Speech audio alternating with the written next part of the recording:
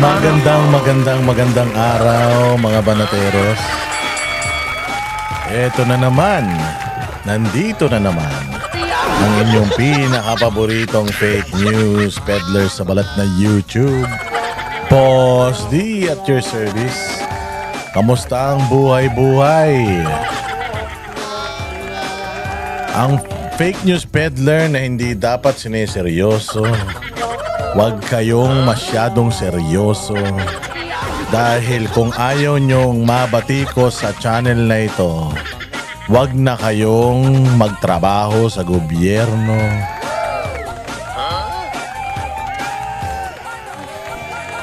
At pasasakitin na naman natin ang mga ulo, atay, balon-balunan, puso, isip at kaluluwa ng lahat ng mga salot sa lipunan, lahat ng mga switik, lahat ng mga magnanakaw, mang-uumit, mandurukot, mandarambong, mga durobo, mga engkanto, impakto, lahat ng mga salot sa Pilipinas at mga mapang-abuso sa kapangyarihan, mga mangungupit, puros may kabit, lahat ng mga demonyo, Satanas, Judas, Barabas, Hestas.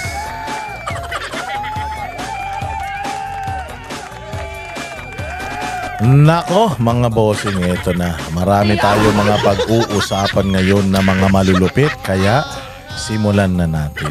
Pero bago tayo magsimula, mag-follow po kayo sa ating Facebook page. Teka, papakita ko lang yung ating bagong Facebook page, ha?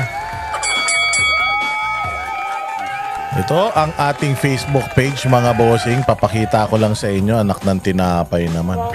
Yan naman yung bumungad, yung mukha ni Pokwang na yan, oh. Alam niyo yan, yung mukha ni Pokwang na yan. At saka yan yung si Pinky Amador na mata pobre, putang ina, mahirap naman. O yung mga buwisit, yung mga salot na yan, yung mga dunong-dunungan na yan, mga dilawan tae, mga pinklawan. Oo, noong nakaraang may party diyan sa Malacanang. Nandiyan yung mga pangit na yan. Yung mga losyang na yan, nandiyan sila. Dati galit na galit sa mga Marcos. O tinan mo, ito yung sinabi ni natin, subukan natin palakihin. Ayan, palakihin natin para makita nyo. Ito yung sinabi ni Pokwang nun Ella Cruz. Sabi niya, tanggap ko pananaw mo sa politika. Pero sa usaping history, mali. Balik na kita muli sa dagat. Nakakatalino daw yan. Wow, history daw ng martial law, Saka history, galit na galit. Pero putang ina, yung pangit na yan, putya ngayon, tuwan-tuwa na kay BBM. Ang ina tong mga to, ayan, nasa ibaba pa sila, putyang ina, mga nakapilipinyana pang mga wala namang prinsipyo. Ito pa isa, sabi naman ito ni Pinky Amador na lola na, nung EDSA pa lumabas na ako. Talaga, and I really believe na tama na talaga because they stole the money of taxpayers. They stole the money of taxpayers daw pero nandoon sila sa party. Sa party ng mag-asawang, sabi ni Aimee, mga bangag, mga adik. Andoon sila, nakikipag-party. Tapos gamit sa party na yan, taxpayers money. Utangin na yan. Mga gunggong talaga Ang hilig kasing mag-dunong-dunungan pero hindi yan ang gusto nating ipakita. Ito ang gusto nating ipakita. Ayan, yung ating isang Facebook page, Boss Dada. Tas makikita nyo yung mga banateros na mga ulol. Ayan, makikita nyo yung yan yung niya, yung ang tawag dyan, page, whatever, cover photo. Tapos itong Boss Dada na ito, kulay kulay puti. Yung itong Boss Dada na original page natin na ginugurgur, tinatry igurgur. Verified page kasi, kaya hindi pa nila agad magurgur. Ayan. Ayan mga bossing, yung ano na yan, yung mga tawag na yan, yung yung itong page na ito, walang background dyan ha, puti yung picture dyan. Pero papalitan ko rin ng picture yan, Boss Dada din yan. I-follow ninyo. Kasi mag-ano na tayo dyan dahil nga itong page na to ginugurgur nila yan eh. Itong original page natin, ginugurgur nila. Puro violation yan, putang ina. Paano na magkakaroon ng violation? Hayop na yan talaga. Ganun talaga buhay. Sabi nga nila, at saka meron din akong demanda. Pucha yan, meron tayong demanda sa DOJ. Oo, meron daw DOJ na nagpunta sa amin, nagpapa-receive. Kaya lang dinireceive ng nanay ko kasi wala ako eh. Oo, pero ano yun, mga kaso na naman yan. Okay lang yan, di naman tayo natatakot dyan. Sabi ko nga kasi, kanina nga may kausap ako eh. Sabi sa akin, hindi ka ba natatakot, Boss D? Sa mga kaso. Sabi ko, saan ako matatakot? Anong kaso? Sa libel? Anong kaso? Nagano ba ako? Nakapatay ba ako ng tao? Nagnakaw ba ako ng pera ng taong bayan? Ako ba si Andrew E. na tumanggap ng pera galing sa nakaw? Ano ba ako? Nag-armas ba ako katulad ng NPA? Kumuha ba ako ng boga tapos nakipagbarilan ako sa gobyerno? Wala namang ganun. Ano lang ba ikakaso nila sa akin? Minumura ko sila, mga putang ina nila, yung mga putang ina magnanakaw sa Pilipinas, nagagalit sila, minumura ko sila. Mga pinasasweldo ng taong bayan, mga halal ng mamamayan, tapos pag minura mo dahil sa mga magnanakaw sila, magagalit sila, kakasuhan ka slander. Kakasuhan ka ng kakasuhan ko ng cyber libel. Tanginan nyo. Yung cyber libel, para lang yan sa mga ordinaryong tao. Halimbawa ako, siniraan ako ni Jay Guevara. Pwede ko siyang sampahan ng kaso ng cyber libel. Pero pukin ng ina nyo, habang kayo ay nasa gobyerno, kumukuha kayo ng sweldo galing sa taong bayan, putang ina nyo, magnanakaw pa kayo. Dapat lang talaga minumura-mura kayo. Dapat lang talaga, putang ina nyo, dapat nga kinukulam pa kayo eh. Dapat lang talaga isumpa ang mga pamilya nyo. Dapat lang talaga isumpa ang mga pagkatao nyo. Dapat lang talaga na i-expose ang lahat ng mga katiwalian ninyo. Dahil hindi kayo dapat balat sibuyas. Kaya nga tinatanong ang banateros, magpupolitika ba kayo? Alam nyo, ang sagot namin, hindi. Bakit? Pagpupolitika ako, tinitira nga namin yung mga politikong mga magnanakaw. Hindi naman kayo magnanakaw, Boss Dada eh. Tangina niyan, pag nasa politika ka, wala kang tamang ginagawa. Tama o mali yung gawin mo, putya, may masasabi sa'yo tao. Sarap-sarap na ng buhay natin, binabanatan natin mga hayop na yan eh. Tapos magpupolitiko pa tayo. Si Pangulong Duterte nga, ganda-ganda ng ginawa sa bayang Pilipinas, ipinakulong pa. Hindi ba? So hindi tayo natatakot dyan. Tatakot tayo sa Tatakot tayo sa libel? Tatakot tayo sa slander? Pukin ng ina nyo. Kung ayaw nyo nasisilip kayo, huwag kayo magnakaw. Unang-una sa lahat, huwag kayo magnakaw. Kung ayaw nyo matawag kayo magnanakaw, huwag kayong magnakaw, pukin ng ina nyo. Ngayon naman, kung ayaw nyo naman na mabatikos kayo, huwag kayong magpolitiko. Pwede kayong magtanim ng kamote sa mga bahay nyo o magkalkal kayo ng basura kung gusto kainin nyo. Yung mga bubog, lunukin ninyo, kahit anong gawin nyo sa buhay nyo, kahit na uminom kayo ng pataba sa lupa, o kahit na matulog kayo patiwarik, kumain kayo ng pako, wala kaming pake. Basta hindi kayo nagnanakaw sa Pilipinas at hindi kayo kumukuha ng sweldo galing sa buwis ng taong bayan. Pero hanggat kayo ay pasahod ng taong bayan, puta, kung galit sa inyo, ayusin nyo. Ganun ang gawin nyo, demanda pa kayo, mga ulul. Inan tong mga to. Tapos tinan mo, itong si Falsis. Si Falsis gusto niyang kasi may lumabas mga bossing. May lumabas na na parang kakasuhan daw si Ka Eric Celis at saka si Jason sa kakasuhan. Dahil daw dun sa pagpapakalat noong peking medical bulletin. Tanginan nyo, paano malalaman na peking medical bulletin yan? Hindi naman kayo naglalabas ng original na medical bulletin. Parang pag sinabihan kang addict Pag sinabihan kang adik, kailangan mong magpa-drug test para mapatunayan mo na peke yung pagsasabi sa'yo na adik. O, pag sinabing adik ka o magpa-hair follicle test ka na, patunayan mo na hindi. O, pero kung halimbawa, katulad yan, naglabas ng medical bulletin, kumalat yan sa social media yung medical bulletin na yan, ipinost mo. O, tas nagtatanong ka, totoo ba ito? O, nagsalita naman ng St. Luke's, hindi daw totoo yun. Oo nga, hindi totoo yung dokumento na yun. Eh, nasan yung totoong dokumento? Paano kami maniniwala na hindi totoo yung dokumento na yun kung hindi naman kayo naglalabas ng totoong dokumento tapos magdidemanda kayo? Maghahabol kayo dun sa mga tao na nag-post nun? Eh, di sana para patas, lahat ng mga nag-post nun, idemanda nyo. O ngayon, itong putang inang baklang palsis na ito, sabi niya, bakit daw hindi kasama si Sir Jack sa mga kakasuhan? Gago ka ba? Pukin ang ina ka, gusto mo makulong si Sir Jack dahil galit siya sa baklang pangit katulad mo? Eh kung gusto mo palang makulong si Jack, ano ba, nagnakaw ba si Jack ng pera ng taong bayan? Kontraktor ba siya? Nagsusumusweldo ba siya sa buwis ng taong bayan? At meron ba siyang pera ng gobyerno na dinispal ko? Tangina, bakit hindi ka manawagan, nakasuhan si Bongbong Marcos, si Sandro Marcos at saka si Romualdez? Ba't hindi ka manawagan na makasuhan mga hayop na yan? Bakit natutuwa ka na si Yusek Bernardo, si Alcantara, si Bryce Hernandez state witness na, samantalang sila yung mga kawatan, mga magnanakaw? Okay nang ina nyo? Diba gusto nyo? Gusto mong ipakulong si Sir Jack dahil galit siya sa bakla? Ang ina mo, di galit ka rin sa ngungo, o di quits kayo.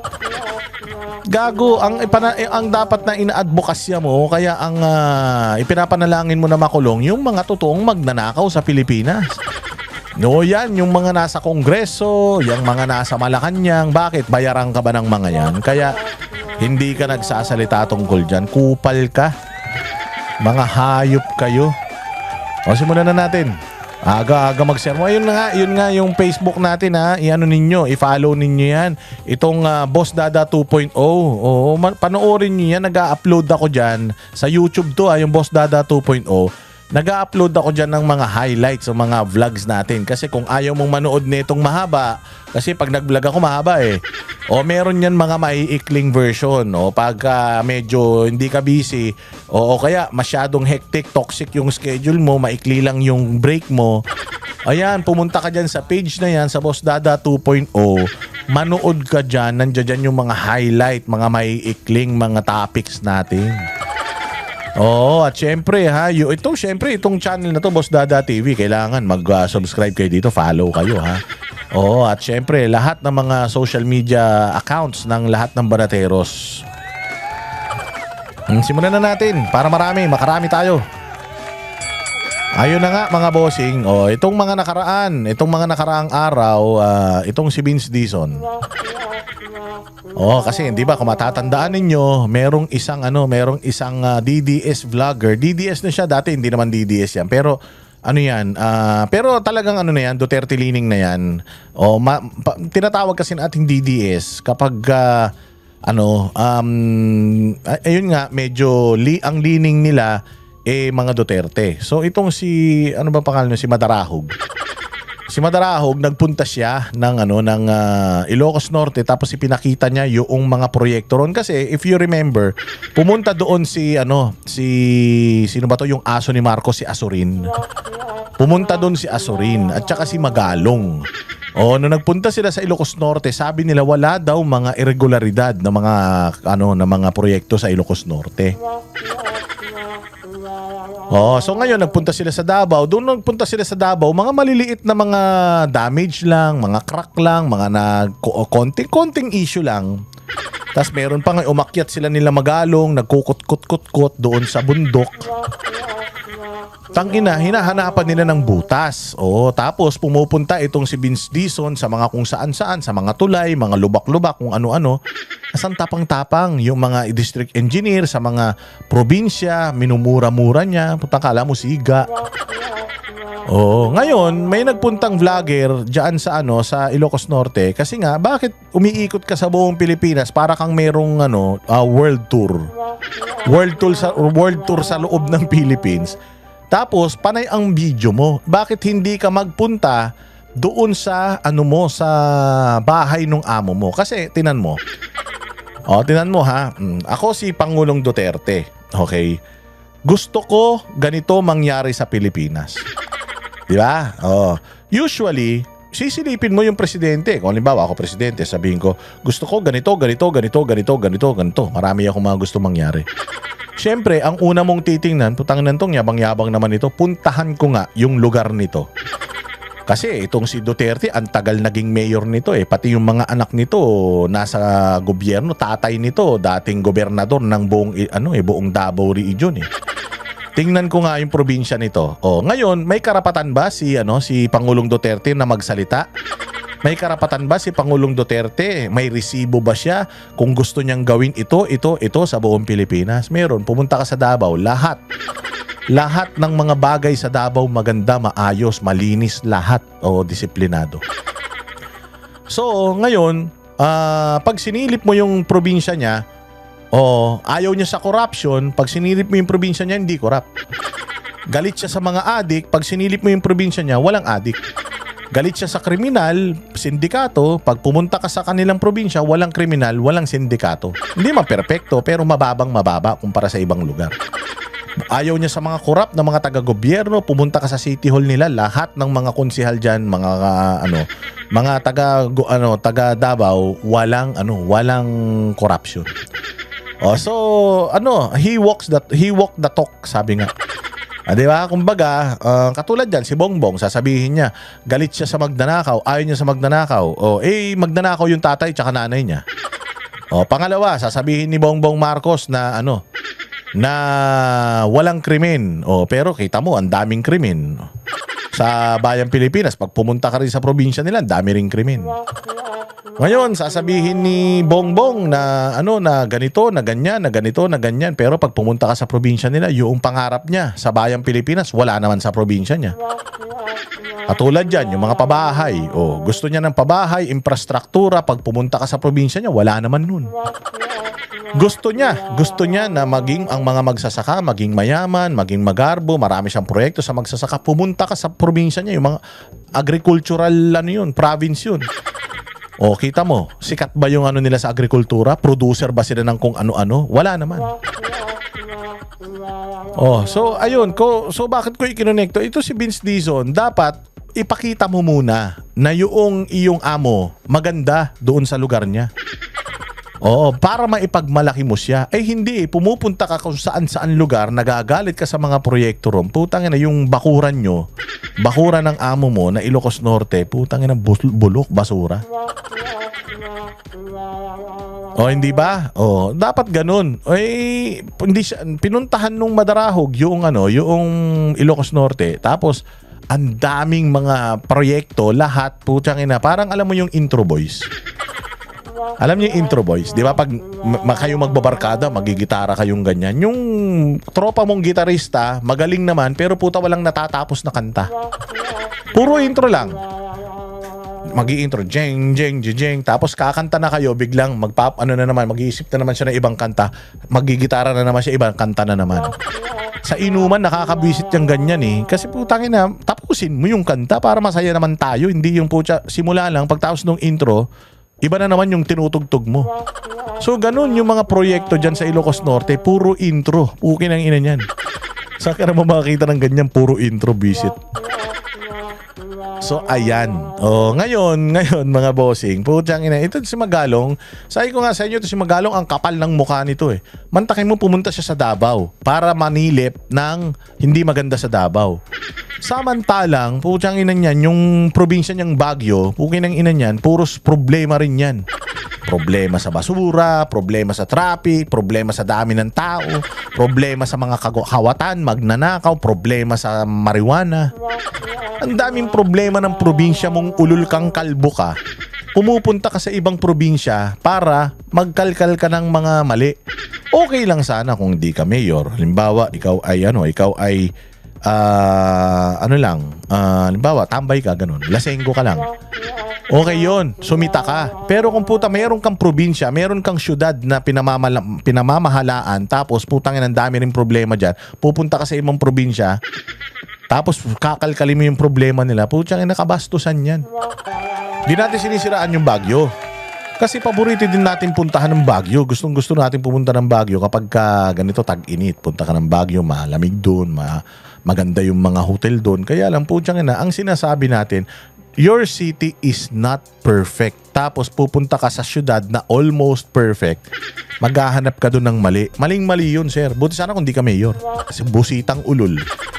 Itong si Busitang Ulol na talunan na senador na kupal.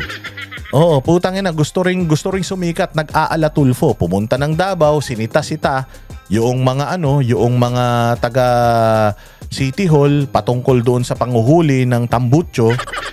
Kung hindi ka ba naman tanga, kung ang desisyon, alam mo, ito ang problema sa mga bobo eh. Oo, meron tayong meron tayong batas pang national. Oh, pero alam mo ba na ang isang lokal, ang isang syudad, pwede siyang implement ng ng ordinansa. At pag sinabi ng City Hall na bawal ang maingay ang tambutso, okay lang 'yan. I mean, dapat sumunod ka kasi ang mayor ay parang presidente ng kanyang syudad. At kaya nga executive ang mayor eh. Kaya nga ang maganda ang maging presidente, mayor eh, kasi humawak ng buong syudad. Yung isang syudad, kumpleto yan. Meron yan transportation department, health department, education department. Para siyang Pilipinas na pinaliit lang. O ngayon, siya ang may responsibilidad sa syudad niya. Peace and order. Pwede siyang anytime magdeklara ng curfew. Liquor ban, ganitong oras, alas 3 ng hapon, walang lalabas ng bahay, dapat tulog. Pwede siyang gumawa ng mga ganyang ordinansa dahil trabaho yan ng mayor. Ngayon, kung ayaw nila dyan ng maingay ang tambutso, kung ayaw nila dyan ng pinalitan na yung tambutso, hindi na yung stock, wala kang magagawa. Discretion nila yun. Kapart ng kapangyarihan ng ng executive yan. Ngayon pumunta siya doon, naninita-nita siya kasi nga in tungkol sa Mapler, in yung kanyang yung kanyang sinasabi na dapat ganitong decibel, ganito pang test. Tanga. Kapag sinabi ng city government na bawal ito, bawal yun. Kung ayaw mo, umalis ka, lumabas ka, putang maingay tambutso mo, idikit mo sa nguso mo. O kaya kung gusto mo maingay tambutso, di maghanap ka ng syudad na pwede yung maingay tambutso, doon ka mag-ingay ng mag-ingay. Loko-lokong busita na to. Tangina, wala ka na sa posisyon, gusto mo maging tulpo? Gusto mong maging Rapi Tulfo in action na ikaw ang batas? Abnormal, para kang si Magalong. Tangina nyo, manahimik kayo. Kung may advokasya kayo, itama nyo. Tanungin nyo muna, bakit mo may ordinansa kayong ganun? Kasi ganito, ganyan. Irespeto mo, hindi ka naman taga dyan sa Davao, nakikialam ka sa Davao. Pumunta ka sa probinsya nyo. Tapos putangin na lahat ng tambutso ng mga motor doon, lagyan mo ng maingay, tas itutok mo sa mukha mo. Nakikialam ka sa Davao, di ka naman taga Davao, ulul ka. Inan to, kapal ng mukha. Gustong magpasikat. Putsang ina, hindi ka mananalong senador, busita. Putsang ina, una sa lahat, si Rog Gutierrez, hindi mo nga sinisita eh. Hindi ba yumaman yung pamilya niya? Di ba marami daw di umano na mga proyekto na na-funnel na punta sa construction ng tatay niya? Ang inang yan, yumaman nga yan bigla eh. Hindi mo nga masita-sita. Tapos ito, tawag dyan? Pupuntahan mo yung syudad ng may syudad para makialam ka ron, busita. Buisit ka. Walang kaibigan sa amin. Kaibigan ni Banat yan. Banat Bayan. Kaibigan ni Banat Bayan, katext ni Banat Bayan. Oo, kasi nag-a-update yan kay Banat Bay. Yan. Nag-congratulate pa nga daw yan kay Banat Bay sa kanyang pagkapanalo sa kanyang mga kaso eh. Walang kaibigan sa amin. Pag mali. Putsang ina. Pag tama, palakpakan. Pag mali, banata, wala kaming paki. Kahit kaibigan mo si Banat Bay, babanatan ka namin. Mali yung ginawa mo. Ganda-ganda sa Davao. Kami nga pumunta ng Davao, ayaw na namin umalis eh. Tapos ikaw pupunta ka ron, magsisiga-sigaan ka ron. Ayun naman, gusto mo palang magsiga, edi sunugin mo yung bahay mo para magkaroon ka ng siga. Kapal mo nagalit ka. Si Boss Dada, galit na naman. Pucha, 25 minutes. Sermon pa lang yan. Sige na, pumunta na tayo kay Vince Dizon. Bumalik ulit tayo kay Vince Dizon. Putang yan ng Vince Dizon na to. Kapal ng mukha, hindi nagpunta ng Ilocos. Visit na yun. Panoorin nyo to.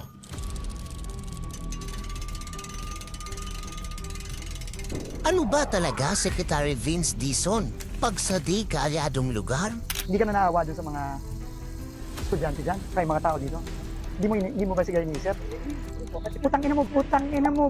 Uy, nagmumura, ang tapang. Puta, kala mo malaking tao eh. Putang ina mo. Parang, puchong ina, lakas ano yan, Duterte yan. Duterte, ano yan, tatak Duterte yan. Dati tong taga Duterte, pero naging retarded. Yan to. Sige, diretso. Mura dito, mura doon. Pati nga sa Davao, minor damage lang sa Davao River, dapat maimbestigahan. Minor damage, dapat imbestigahan ha. Tandaan yan. Minor damage, dapat imbestigahan ha. Utang ina ka. Diyan nga sa Ilocos, sa distrito mismo ni Sandro Marcos, pucha ang nakatayo poste lang eh. Ang nakatayo poste lang. Pag tiningnan mo yung mga proyekto, completed, pero poste lang yung nakatayo, hindi iimbestigahan. Yung dyan sa Davao River na may konting damage lang, iimbestigahan. Kupal. Dapat matutukan. Full force pa. Wow. Ayan nandiyan dyan pa si Magalong Kalbo. Pumunta ng Davao, silipin ng Davao, pero ang baho ng ng probinsya niya. Amoy tae ng kabayo. Tapos pupunta ka ng Davao, puta mas malinis pa nga yung Davao sa budhi mo eh. Ha? Tuloy-tuloy lang tayo, pero marami din tayo apart from Davao. Marami din mga areas sa Mindanao. Pero, pag Ilocos, Tapos na yan. So yun ang commitment na natin sa mga kababayan natin. Kung ano ang bayta, ba't di ka nagmumura? Ba't di mo minumura yung mga district engineer dyan sa Ilocos? Ang sinasabi ko sa iyo eh. Dito sa Pilig, sa Ilocos Norte, na matatapos na ito. Kasi yun ang utos ng Pangulo. Tapusin na natin lahat ng mga nakabiti na ganito. Tapusin na natin. Wow, ang bayta. Pag sa Ilocos Norte, yung proyekto, katarantaduhan, binadgetan, hindi natapos, tapusin na natin. May budget na eh. Meron ng savings eh. Tapusin na natin. Tanga. Kung di ka ba naman tanga eh. Papaliwanag ko sa inyo kung paano ginagawa ang budget. Pag nag-budget, totoo yan. May phase 1, may phase 2, may phase 3. Pero, kompleto yung budget na yan. Okay? Gagawa sila ng proposal para sa tulay. Okay? So, yung phase 1, pwedeng ibigay dito. Kung yung contractor capable na tatapusin niya yung buong proyekto, yung buong tulay. Pero, may mga pagkakataon na yung phase 1, ibang contractor, yung phase 2, ibang contractor, yung phase 3, ibang contractor. Ang budget nun, isang buo pa din. Halimbawa, ang budget 1 billion. O yung phase 1, ang budget niyan, 200 million. Yung phase 2, 500 million. O yung phase 3, yung finishing na, 300 million. 1 billion na yun. Buong budget yung ibibigay. Phase 1, may phase 2, may phase 3, ganun yun. Pero buong budget ibibigay yung para dun sa buong tulay. Ngayon, itong mga bobo na mga vlogger ni Bongbong, sabi nila, kasi nga, phase 1 pa lang yan. Pagka may budget na, phase 2, gago. Putang ina nyo. Hindi pwedeng mag-bid ka, tapos per phase ang bid mo. Pag nag-bid ka, yung buong tulay yung binibid nyo. Yung buong tulay. Tapos yung buong tulay na yun, syempre may mga phases yun. Una, footing. Hindi ba? Meron ba namang halimbawa, nagpagawa ka ng bahay, putsang inang yan, meron ba yung buo na yung bahay kagad?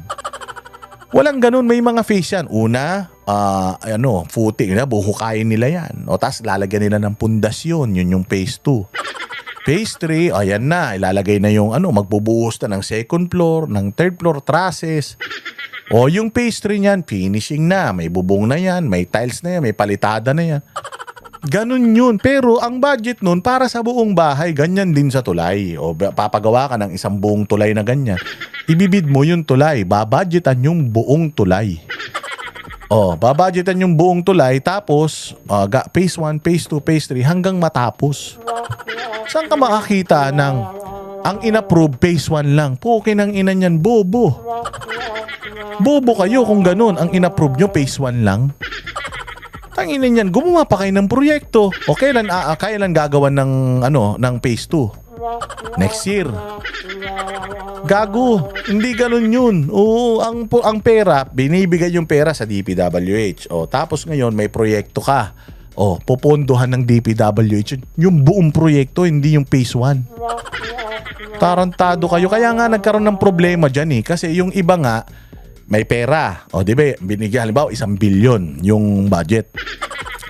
O, 1 billion yung budget. Ang problema, putsang ina, yung mismong tulay, ang halaga niya, 1 billion. Eh, ang problema, yung budget na inallocate na 1 billion, putya, yung kalahati, napunta kay Bongbong. Di totoo to ha, kunyari lang to. O, ano lang to, parang ini-istorya ko lang para magets niyo. Mapupunta kay Bongbong yung 25, mapupunta kay Romualdez yung 25, mapupunta kay Sandro yung 25%. So, ilang percent na nang natira? 25. So, yung 25% ng 1 billion na halaga nung tulay, magkano na lang yun? 250 million na lang yun. Eh, 1 billion.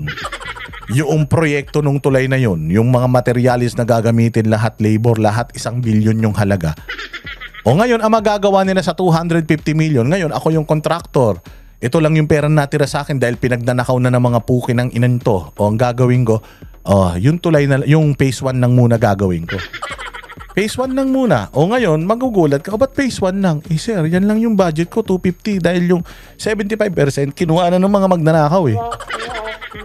O ngayon ikaw, dahil taga DPWH ka, madadali yung mga amo mo, sasabihin mo, phase 1 lang yan. May phase 2 pa, babudgetan natin yan. At may phase 3 pa yan. Diba? Putsang ina, ganyan katarantado yung mga yan. Pagka nag-project ka, 1 buo yun. Oo. Tapos halimbawa, yung budget na nilagay dyan, 1 billion. Yung 1 billion na budget dyan, hinalahati mo lang, 500 million lang ang ginamit mo. Tapos, yung another 500 million, binili mong libro para sa eskwelahan. Kahit maganda yung layunin mo, malversation yan. Malversation of public funds yan. Ibig sabihin, dito mo dapat ilalagay, inilagay mo sa iba, putsang inakaso yan. Diba? O, katulad yan, yung budget sa Dolomite. O, magkano yung budget ng Dolomite? Sabi nila, sana yung budget niya, binila na lang ng bakuna. Gago. Ba't ko bibili ng bakuna? I-budget yan para dito. Tangin na dyan, nagkakaroon ng korupsyon. Oo, ang gagawin ng iba, hihingi sila ng sobrang budget dahil mali sila mag-forecast. O, tas ang mahal-mahal, ino-overprice nila, ito lang pala, tapos yung matitira, gagamitin nila kung saan-saan. Diyan ng korupsyon. Mga ulul kayo, pag nag-request ng budget, 1 buo yan. Para sa isang proyekto, kailangan tapos yan. Hindi pwedeng phase 1 lang yung in-approve. Kailan yung phase 2? Sa katapusan ng mundo? Hindi, alam nyo, ganito yan ha. Ginagawa yan ng mga politiko. Na ano ko na to narinig ko ng scheme na to Ang gagawin daw nila, pag simula nung kanilang termino, gagawa sila niyan, mga pundasyon. Gagawa sila ng pundasyon. Tapos, ihihinto nila. O ngayon, bago pala matapos yung kanilang termino, ihihinto nila. O ngayon, yung mga tao, ay shit, yung tulay, hindi umaandar. Nako, kailangan pa natin siyang iboto ulit para matapos yung tulay. Ganyan nila binoboto yung tao. Oo, yung mga taga-probinsya, ganyan. Hindi matatapos yan. Pag binoto natin to si ganito, hindi matatapos yan. Kailangan natin siyang iboto para matapos yan. Ganun ang isip nila. Kaya yung mga politiko, ganun talaga ginagawa nila. Bago matapos yung termino nila, maglalagay sila ng malaking picture doon, gagawin yung tulay na yun. Paggawa ng tulay na yun, syempre hindi matatapos. Kailangan nyo kung iboto para matapos yung tulay. Iboboto siya, tatapusin niya yung tulay. Pero sa totoo lang, project naman talaga yan, natapusin yung tulay na yan. Ganyan nila niloloko tao. Tarantado tong mga to. So, mukhang kaya naman. Nakakuha tayo ng savings. Pag sa lugar Nakakuha ng savings. Hinigisa tayo sa sariling mantika. Ito, ganyan yung nangyari sa, yung sa PhilHealth na kinuhang pera. Kinuha yung pera sa PhilHealth para ipangpondo dun sa isang tulay. Yung tulay na yon, pinondohan na yon, inutang na natin yon sa Korea. Sa isang bangko sa Korea. Ngayon, buo yun na inutang natin. Dapat matapos yung yung proyekto na yun. Mantakin mo, hindi natapos yung proyekto, kumuha pa sila diyan sa PhilHealth. Para ilagay lang dun. Kung di ba naman gago, ganun din to. May pondo ito, 100%, halimbawa nga, 1 billion ang pondo nito. Sa 1 bilyon dapat tapos yung struktura. Ngayon, ang nagawa, yung mga bakal lang itinanim. O ngayon, sabi niya, kailangan nang tapusin to. Total may savings tayo eh. O may pondo na. Kukuha pa sa savings. Ano yan? PhilHealth na PhilHealth yung galawan. Diba? Ito si Vince Dizon, pinaglololoko tayo nitong kupal na ito eh. ng presidente. Wow ha? Ang bait. Kahit halatang may anomalya. Okay lang. Poponduhan lang. Paldo. Ano to? Double standard? Naman, hindi to ghost project kasi may nakatayo. O hindi daw ghost project kasi may nakatayo. Tangina, hindi nga yan ghost project pero parang multo.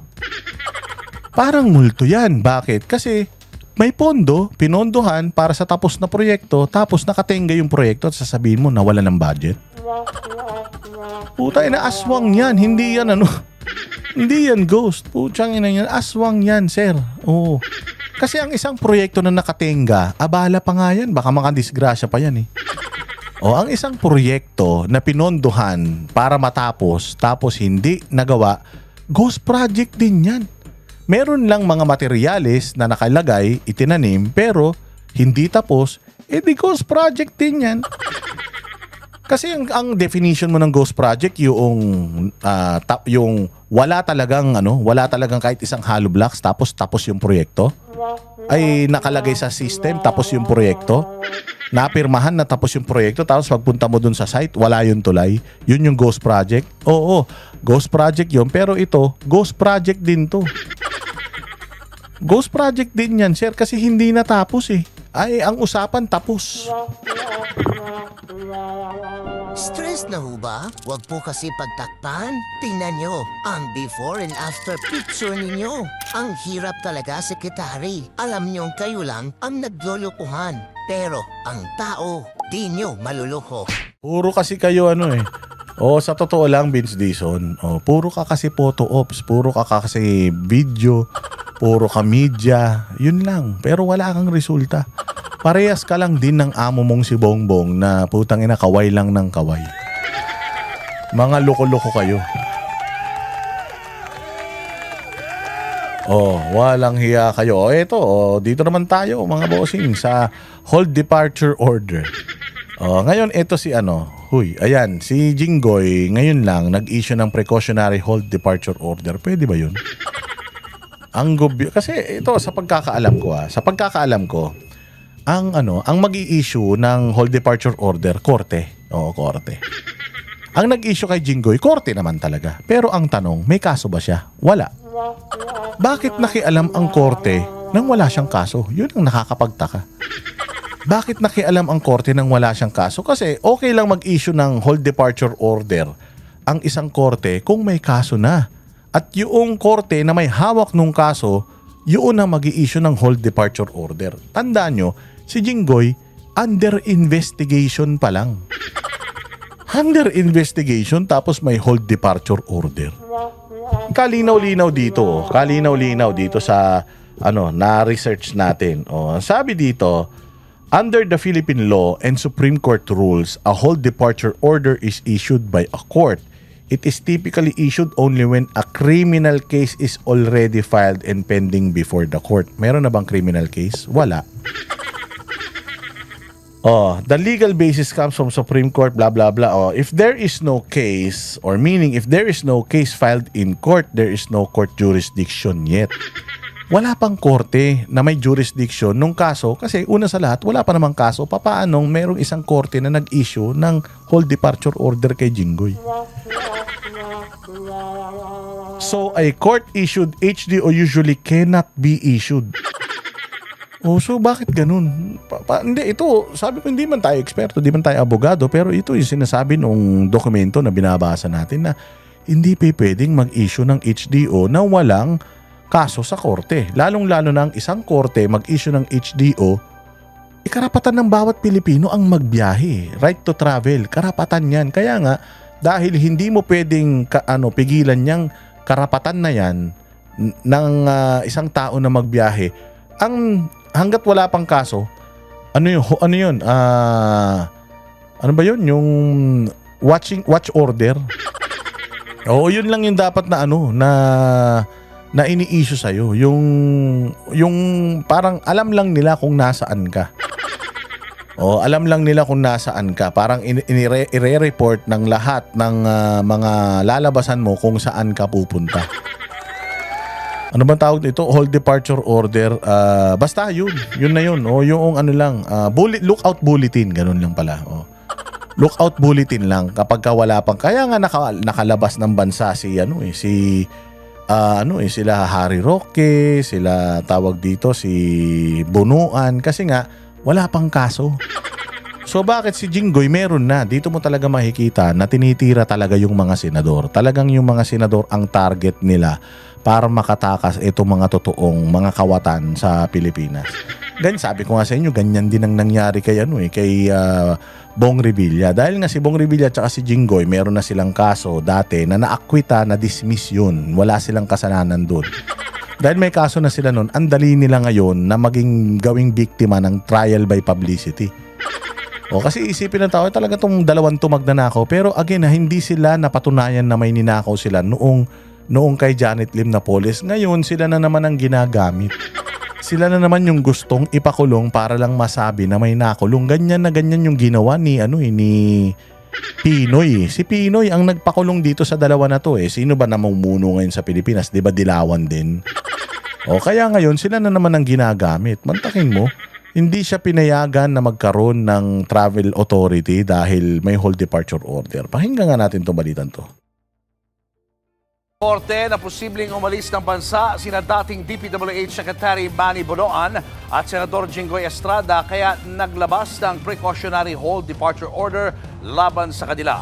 Kinumpirma yan ng Department of Justice. Para ito sa mga reklamong plunder at direct bribery ni Bonoan at Estrada kaugnay ng flood control scandal. Sakop din ng order ang tatlong dating opisyal ng DPWH na sina... Ito ang kriminal. Yan ang kriminal mga bossing. Maniwala kayo. Itong Alcantara ay ang Bernardo. Yan ang kriminal talaga. O bakit natin nasabi na yan ang kriminal? Putang ina, may nakita kang ano to? May nakita kang, di ba ano to? Parang kinasuhan to. O ikinulong to. May nakita kang mugshot niyan. Wala kang nakita na mugshot ng ulol na yan.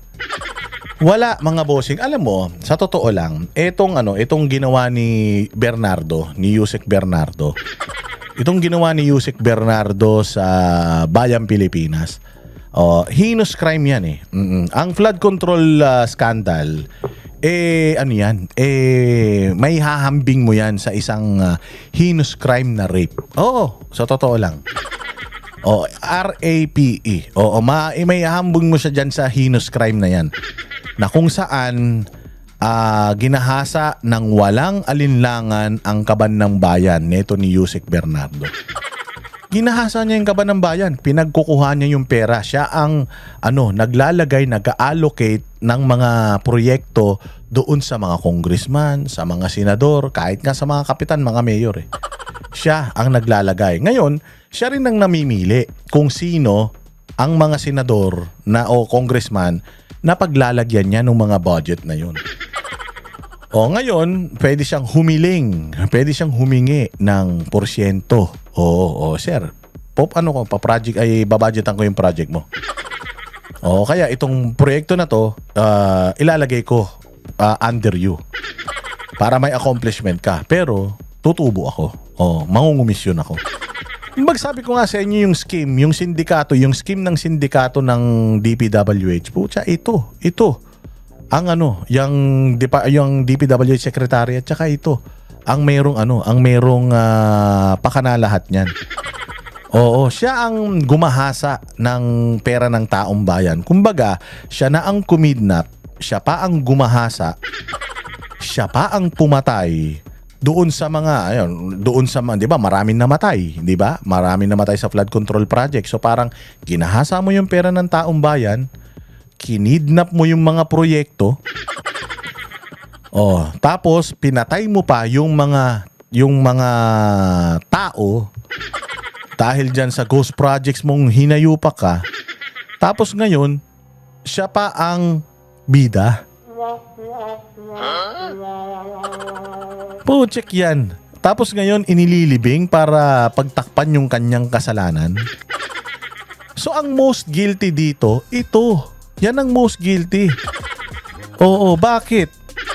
'Di ba? Bakit siya ang state witness? Siya talaga may kasalanan sa lahat. O kahit walang basihan, o para lang may ano niya ang issue, may iwas niya sa kanya yung issue, anong gagawin niya? Magtuturo ng kung sino-sino. Tapos, yung mga itinuturo niya, mga kalaban. Mga kalaban ng administrasyon. Tandaan ninyo ang mga kapatid ni Bong Revilla, ay mga anak niya, hindi pumirma yan sa impeachment ni VP Sara. So alam nila, kalaban si Revilla. So itong si Jinggoy, nasa minority block ngayon. Si Chis Escudero, si Villanueva, nasa minority block sila ngayon. So ang pinagtuturo niya, yung mga minority block. Ngayon, lumalabas na naman yung text messages nung Yusek Bersamin. Lumalabas yung text messages nila ni Bongbong na yung palang pera na pinangkampanya nila nung 2025, galing pala yun sa flood control project. Kanino galing yung pera na yun? Dito sa ulol na to. Oo, pinressure nila to na gumawa ng pera para doon sa kampanya.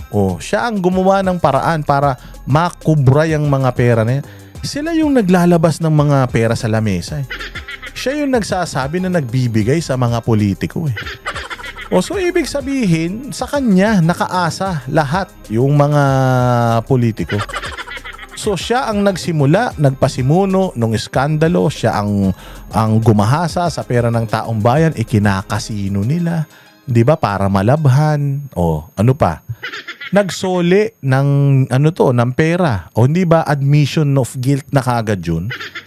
Admission of guilt yun. Ibig sabihin, ganun kalaki yung pera na nasa kanya. At sabi ko nga sa inyo, itong mga kriminal ito, magsusoli ito. Kapurit lang. Ang tagal ng Yusek nito Ganyan din yung Alcantara, ganyan din yung Bryce. Tapos pagdating kay Senator Bong Revilla, wala na silang kaso.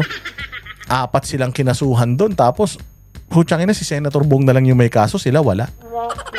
Diyan mo makikita na talagang katarantaduhan talaga tong ginagawa ng gobyerno na ito Roberto Bernardo, Gerard Opolencia at Henry Alcantara. Sa ilalim ng precautionary hold departure order, hindi papayagang makalabas ng bansa sina Estrada, Bonoan at iba pa habang sinasagawa ang preliminary investigation. Bago nito, which is which is according to what I read, against the law yun. Against the law yun. So, dito mo makikita na talagang law bender talaga tong mga to.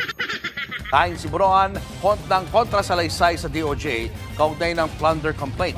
Dito niya sinabing nakapagpaalam na raw siya para muling bumalik sa Amerika.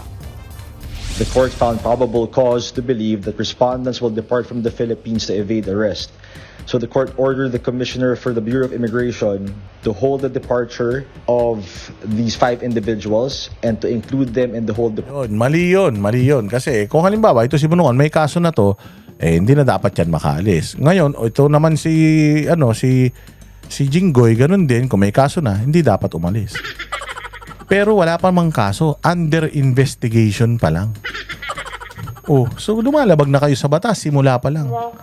Walang hiya naman talaga. Pero sabi ko nga sa inyo, ganun talaga, weather lang yan, kailangan nilang ipakita, kailangan nilang ipakita at magkaroon ng optics para, meron silang masabing resulta. Pero ang totoong ang most guilty dito, ang talagang sindikato, Alcantara, Bernardo, Malacanang, Congress. Yan talaga yan. Tingnan nyo sino mga pinakamalalaking mga allocations ng mga budget, tapos kung sino may pinakamalaking mga flood mitigation projects. Yan ang totoong may kaso dyan. Ito, pakinggan natin yung itong kay Ramon Revilla Jr. naman. Hindi sumagot si dating Senador Bong Revilla ng basahan ng sakdal para sa kasong malversation kaugnay sa umano'y ghost flood control. Katulad nun, malversation. Ipinaliwanag ko sa inyo kanina kung ano yung malversation. Yung malversation, kapag yung budget, yung pondo para rito. Tapos, hindi mo dito nilagay. Inilagay mo sa ibang bagay. Malversation yun. yung budget na para dito, inilagay mo sa ibang proyekto, malversation yun. Now, question. Sinabi ni Sandro Marcos nung nakaraan lang. Total, naniniwala naman kayo kay Sandro. Ilagay natin yung sinabi ni Sandro Marcos dito sa istorya na to. Ang senador at ang congressman, ang trabaho lang nila ay magbigay ng serbisyo sa tao bukod sa gumawa ng batas. Ngayon, may mga proyekto silang ire-request. At yung mga yan, depende sa executive, sa DBM, at sa DPWH kung yung request, igagrant nila. So sinabi ni Sandro Marcos na walang kakayahan, kapasidad ang isang congressman at senador na magbigay ng pera kasi wala naman silang perang hinahawakan. Ang may hawak ng pera, DPWH, DBM, at executive. So papaanong si Senator Bong Revilla may malversation na kaso? Hindi naman siya humahawak ng pera para ilagay sa mga proyekto. Ang nagbabudget ng mga proyekto na request ng mga senador at congressman, DPWH. Yun ang yun ang paliwanag nila. Yun ang paliwanag nila. So paanong magkakaroon ng malversation? Again, ang malversation ganito. Katulad noong sa Dolomite Beach. May budget na ilang milyon yung Dolomite Beach. Ang gusto ng mga tanga na ayaw nung Dolomite Beach, inilagay na lang sana dahil pandemic noon, inilagay na lang sana sa proyekto.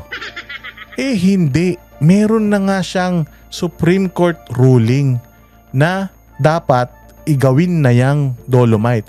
So yung budget ng Dolomite para sa Dolomite.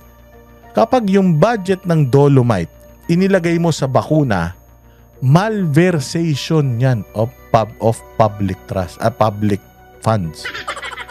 Malversation yan. Misuse ng pondo yan. So since ang isang senador at mga congressman walang perang hinahawakan, nagre-request lang sila ng budget, ba't malversation ang kinakaso kay Ramon Revilla? Question lang. Pwede naman sigurong sagutin nyo yan kung merong tamang sagot. Kasi ako nagtatanong ako. Kasi sa pagkakaintindi ko, ganun yun. Sa pagkakaintindi ko, ganun yun. Halimbawa na lang, halimbawa, may budget na hiningi ang Office of the Vice President. Halimbawa, humingi ako ng budget na 1 billion para sa mga proyekto ko sa opisina. Tapos ano yung mga proyekto na yan? Yung mga proyekto mo, ina-itemize mo eh. Ito yung proyekto ko, 1, 2, 3, 4, 5. Kaya ito yung mga hinihingi ko. So may corresponding budget bawat proyekto. I-approve nila yun. Ngayon, yung mga proyekto mo na yun, syempre sisingilin mo na yung DBM. Yan na, ilalagay mo na dun sa proyekto mo. Pag inilagay mo dun sa proyekto mo, tapos may sobra sa pera mo, putsangin yan. Tapos yung sobra nung pera na yun, inilagay mo sa ibang proyekto. Malversation yan. Misuse ng pondo yan. Ngayon, kung meron kang proyekto, ang projection mo 100 million, 50 million lang yung nagasta mo, may minus ka pa rin. Kasi ibig sabihin, mahina ka mag-forecast. Hindi trabaho ng mga ahensya ng gobyerno ang magtipid kasi taon-taon may budget. So kailangan wag tipirin lahat ng pera gastusin doon sa proyekto. Ngayon, kung yung pera para dito, ginastos mo dito, malversation yan. Sa pagkakaalam ko, malamang mali ako. Malamang sa malamang mali ako. Pero pwede ring tama. Project sa Bulacan. Natuloy na kaninang umaga ang naudlot na arraignment ni Revilla sa Sandigan Bayan noong nakaraang linggo. Dahil dyan, ang korte ang naghain sa kanya ng not guilty plea. Paliwanag ng kanyang abogado, hindi naghain ng plea si Revilla dahil sa pag-question nito sa proseso ng kaso laban sa kanya. Hindi talaga dumaan sa proseso. Unang-una sa lahat, tingnan mo, yung abogado ni Bernardo, kapatid nung judge na maglilitis nung kaso ni Bong Revilla. Kaya pinag-i-inhibit nila. Oo, kaya parang kay kay Leila de Lima, 'di ba? Matatandaan mo. Pinag-i-inhibit nila yung or pinare-reverse nila yung decision kasi naging estudyante ni Leila de Lima yung nag-acquit sa kanya. O hindi ba? Kung matatandaan mo rin, yung mga senador nag-i-inhibit sila kapag halimbawa, kapatid niya, katulad no, nag-inhibit one time si Gatchalian. Noong ginigisa yung kapatid niya sa sa DSWD. Nag-inhibit siya, umalis siya kasi nga kapatid niya yun eh. Delikadesa ba? O, ganun din. Dito sa kaso ni Bong Revilla, yung abogado nung kalaban, yung nagtuturo kay Bong Revilla, yung abogado nun, kapatid nung judge, putang ina, mabibigyan ba to si Bong Revilla ng patas na laban? Pucha yan, sigurado nag-uusap yung magkapatid yan eh. Paano kung saan dikit pa yan? Alam nga naman ako kapatid, papayag ko matalo yung kapatid ko. Siyempre hindi, di ba? Di gugulpihin namin si Bong Revilla. Kaya nga sinasabi ni Bong Revilla, harapin ko naman yung kaso, pero dapat hindi na siya yung judge. Kasi o kaya magpalit ng abogado itong namin, kalaban ko. O kaya lang yung kalaban niya kasi na si Bernardo, karapatan niya kung yun yung gusto niyang abogado. Ako bilang judge, kapatid ko yung abogado noong nililitis ko, dapat talaga nag-i-inhibit na yan. Pero dahil hindi nag-i-inhibit, alam mo na may masamang balak talaga sila dito kay Ramon Revilla Jr. Hindi po siya binigyan ng sapat na pagkakataon para matanggap ang mga dokumento. Yung binanggit namin dati na may higit kumulang 700 pages. Again ang malversation po is misappropriation. Oo, misappropriation. If para dito sa bagay na to, yung budget, hindi mo pwedeng ilipat sa iba. Misappropriation is malversation. Ayan misappropriate, steals, or allow the misuse of government money or property entrusted to them. Pera ba yung ibinibigay sa mga senador? Hindi. Yung pera nasa DPWH. Yung DPWH ang naglalagay ng pera sa proyekto. Paanong napunta kay Bong Revilla yun? Pwede ba yun? Ako si DPWH. Sir, meron kaming project na tulay. Ito yung pera, ipagawa mo. Trabaho ng DPWH at gawin yung tulay na yun. Di ba? Paano utangin na yan? Ang gulo nyo. Na complaint na hindi siya na-furnish yung mga charge na umabot sa korte. Hindi yun yung charge na lumabas doon sa ombudsman level. Isa pa yun. Yang Yusek Bernardo, yang Alcantara, 5 beses nang nagpalit-palit ng mga affidavit nila. Yung sinumpaan nila sa Senado, yung statement nila ngayon, iba na. Pag pinagtapat mo, wala nang parehas dun. Ibang-iba na. O bakit tayo papayag ng ganun? Under oath, ito yung affidavit mo. Tapos, pagdating sa korte, iba na.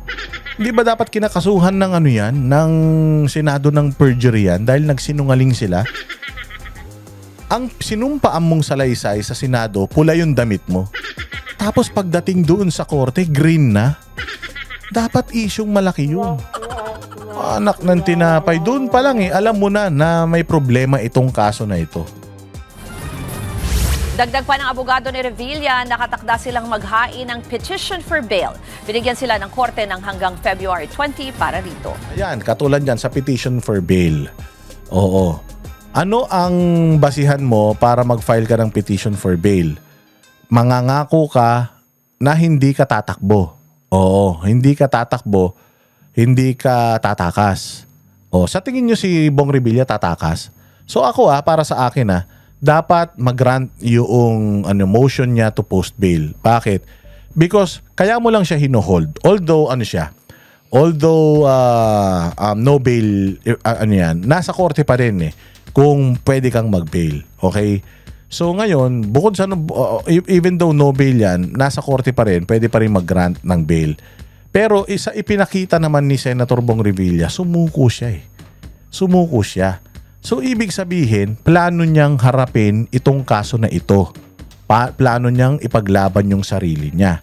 So dapat si Senator Bong Revilla makapag-post ng bail dahil hindi naman tatakas yan. Kasi kung tatakas yan, una pa lang tumakas na yan katulad ni Zaldico, katulad ni ni Atong Ang, o katulad ni Tebes noon, o katulad ni kung sino pa man yung mga tumakas na. O halimbawa yan si Harry Roque, o katulad ni Harry Roque. O yung mga ganon, ito si Bong Revilla sumuko siya. Siya mismo pumunta sa Camp Crame para isuko yung sarili niya. Si Bong Revilla, ipinakita ni Remulla yung kanyang mugshot. O hanapin nyo sa Google. May lumabas bang mugshot yang si Yusek Bernardo? Si Alcantara meron.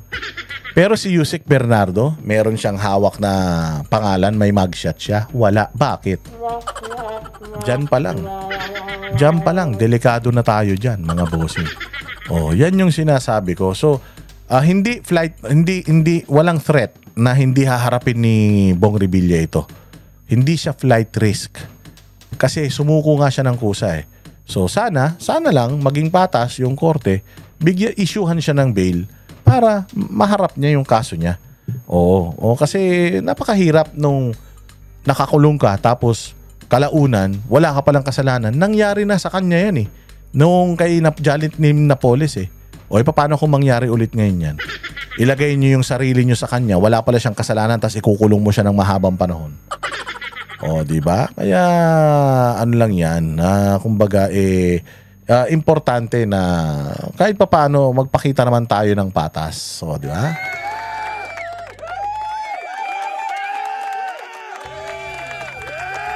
O, ito naman yung pag-aresto sa pag-aresto sa mga sangkot o sinangkot na bago ng ICC. Ito na yung pinakapanibagong panibagong smoke screen nila. Smoke screen doon sa para makaiwas yung sisi mapunta sa Malacanang, sa congressman, sa pinsan niya, tsaka sa anak niya. Gagawa sila ng mga panibagong mga pasabog. ICC na naman. ICC na naman. Sige, pakinggan natin to. Daw maging maingat ang gobyerno sakaling ipatupad ang posibleng arrest warrant mula sa ICC laban sa mga kaalyado ni FPRRD. Tingin kasi ng isang political analyst, make or break move ito sa estado ng kanilang partido. Narito ang Agenda Weekend Report ni Dexter Ganiben ng Abante.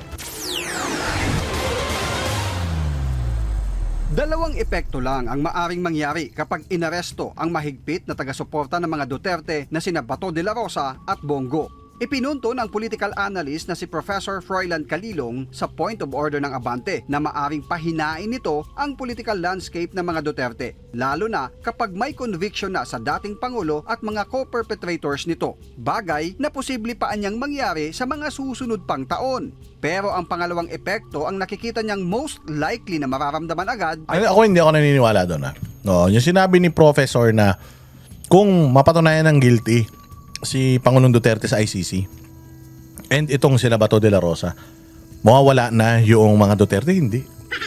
Una-una sa lahat, wala tayong pakialam sa putain na ICC na yan. Wala tayong paki dyan. Hindi natin korte yan. Mga puti yan, mga tao dyan. Hindi sila nakikisimpatya dito sa Pilipinas. Wala silang alam sa nangyayari dito sa Pilipinas. Wala silang jurisdiction first off dito sa Pilipinas. Alam natin kung bakit nandiyan dyan si Pangulong Duterte, politika. Komunista yung mga yan politika. So kung actually ini-expect na nga namin Ako ini-expect ko na mako-convict talaga si Pangulong Duterte diyan. Malabong hindi. Pucha, mantakin mo wala siyang kaso sa Pilipinas. Kaya nga siya walang kaso sa Pilipinas kasi mahina yung kaso dito. Kaya nga siya dinala doon. Kaya nga siya pilit na dinala doon kasi alam nila na pag hinawakan ka doon, the likelihood or the chances na hindi ka ma-acquit ka, sobrang baba. Sobrang baba, lalo na dyan sa ICC na political, tapos mga mukhang pera daw yung mga tao dyan. Napakababa ng chances na ikaw ay ma-acquit dyan. Ine-expect na natin na hanggat nandiyan yan sa ICC, hanggat hindi yan pinapalabas, makukulong at ngayon nga, wala pa nga siyang kaso confirmation pa lang ng case, 1 taon na siyang nakakulong Nagigets nyo yung ibig kong sabihin. So ako, alam ko na magigilty siya dyan. Hindi hihina ang mga Duterte pag nagilty ang mga yan. Kasi alam ng mga Pilipino na the reason why dyan sila nag-file ng kaso para sirain yung mga Duterte. Mas lalong lalakas. Actually, itong report na to sabi, pag aresto ka na De La Rosa, posibleng sumira o magpalakas sa partido. No, magpapalakas pa ito. Hindi pwedeng sirain ito.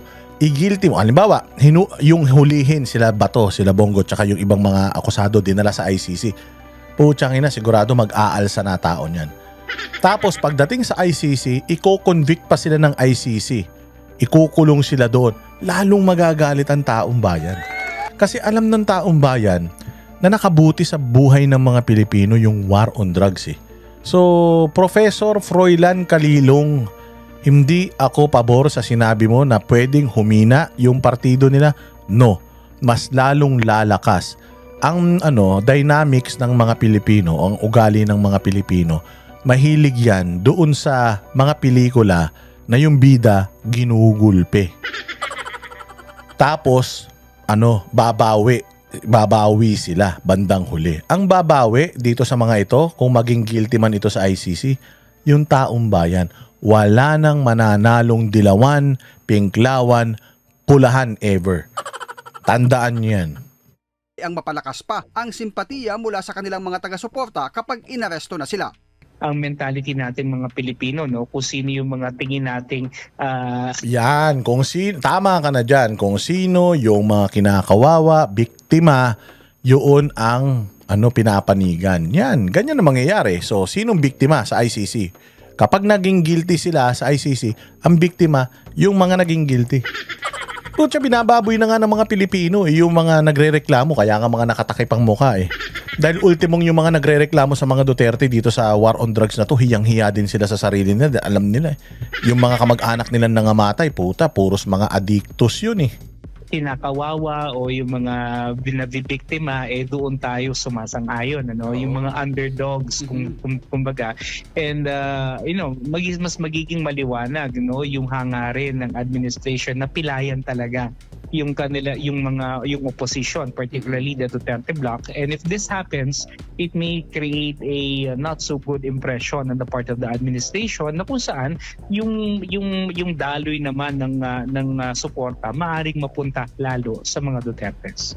Mangyayari anya ang pangalawang epekto kung mahahalin tulad sa pag-aresto kay dating Pangulong Digong Duterte ang sasapitin ni Bato at Bongo. Kaya dapat anyang sundin ng gobyerno ang tamang legal na proseso kapag naglabas na ng warrant of arrest ang ICC laban sa mga co-perpetrators ng dating Pangulo.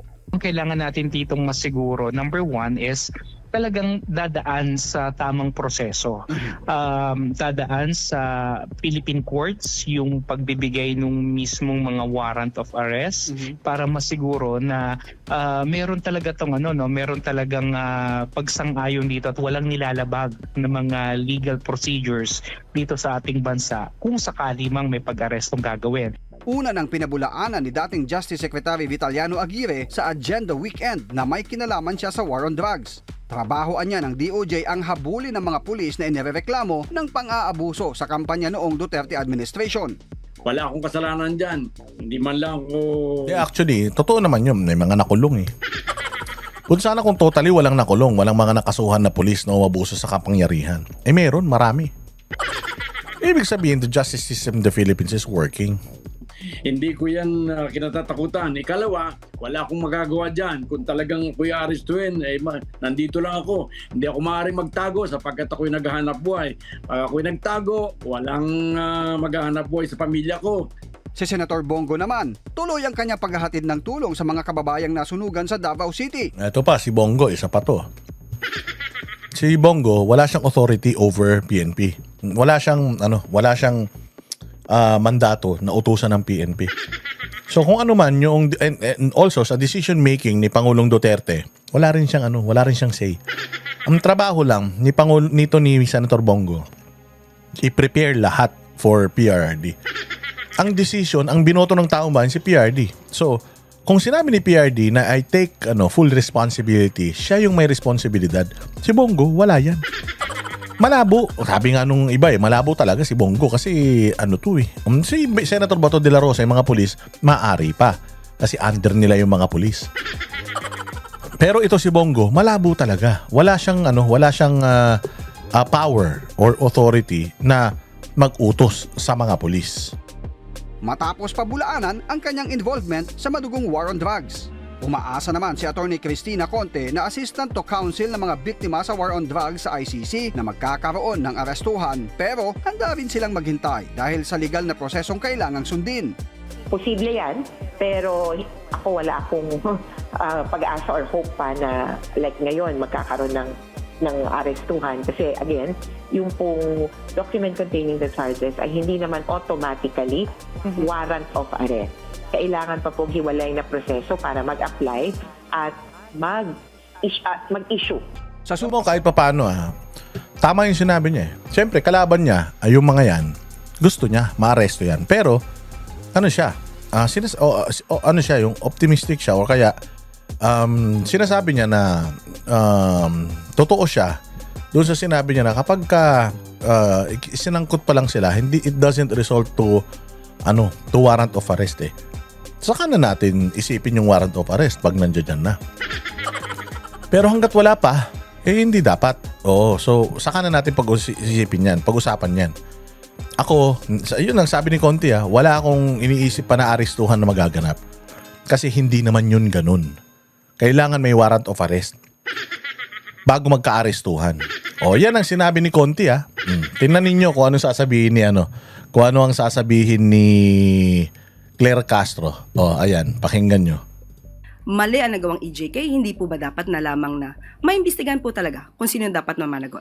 Palace reaction lang po on ICI naming Senators Bato de la Rosa and Bongo, among others as co-conspirators on the bloody drug war during the Duterte administration.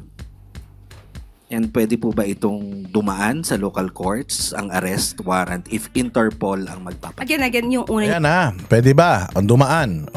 Yung pong tanong? Reaction lang po. Regarding sa pagsama ng pangalan nila? Yes po. Okay. Kung ito naman ay legal process na nanggagaling po sa ICC, hindi naman po natin ito maaaring pakialaman. Dahil ang kasong yan ay naisampa noon pa, 2017 at hindi pa po Pangulo si Pangulo Marcos Jr. So kung dadaan sa proseso, yan naman po ang nais ng pamahalang ito. Ang ginagawa ng pamahalang ito ay dumadaan lahat sa proseso. Ma'am, kung idadaan kung hindi na dumaan sa local courts and yung arrest warrant, kasi Interpol po ang magpapatupad. Is it possible? Nagawa na po before. At ang sinunod po ay ang batas na umiiral sa ating bansa at nakipag-coordinate po ang ating pamahalaan sa Interpol. Kaya po naipadala ang dating Pangulong Duterte. Mali. Kailan lang naglabas ng ruling ang Supreme Court. Sabi ng Supreme Court, ito yung dapat nating ginagawa kapag mga kaso abroad, extradition man yan, dapat dumaan sa tamang proseso, local courts. Putsang inang yan. Tapos sa kanya, hindi. Hindi ko talaga alam kung ito si Claire Castro nagtapos talaga to sa rekto o kung saang eskwelahan talaga nagtapos to Sinasabi na ng Supreme Court at saka may mga nakabinbin na mga kaso sa Supreme Court. Therefore, hindi ka pwede hindi pwedeng gawin mo yung ginawa mo noon. Bakit? Kasi nga may reklamo sa Supreme Court at hindi pa nagdidesisyon ang Supreme Court kung tama o mali yung ginawa nila Rimulya. Hanggat wala pang desisyon ang Korte Suprema, hindi mo pwedeng gawin yung isang questionableng bagay. Ang pinaka-safest na gawin mo is i-hold mo yung mga tao dito sa Pilipinas o may Interpol. Hindi mo sila kailangang ipamigay na kagad doon. Tanginan nyo yung mga nasa abroad nga, pinauuwi natin dito, mga kriminal yun sa ibang bansa. Pinipilit nating makuha Tapos, yung mga tao natin, mga kriminal natin dito, gusto mong ipatapon sa ibang bansa. Anong klase yun? Yun nga dagat dyan sa South China Sea, nagmamatalinuhan kayong lahat Ayaw nyong ibigay sa China. Sinasabi nyo, sasakupin na tayo sa may soberanya. Ang part po ng soberanya natin yung mga tao na mga Pilipino, na may mga passport na mga Pilipino po sila. Ang may responsibilidad at jurisdiction sa kanila, bansa kung saan sila residente. Bakit mo sila ipapadala sa ibang bansa? Tangina, ikaw kaya, pag ayaw na namin sa'yo, ipatapong ka namin sa Zimbabwe, okay lang sa'yo? Siyempre sasabihin mo, hindi pwede yan, labag sa batas yan.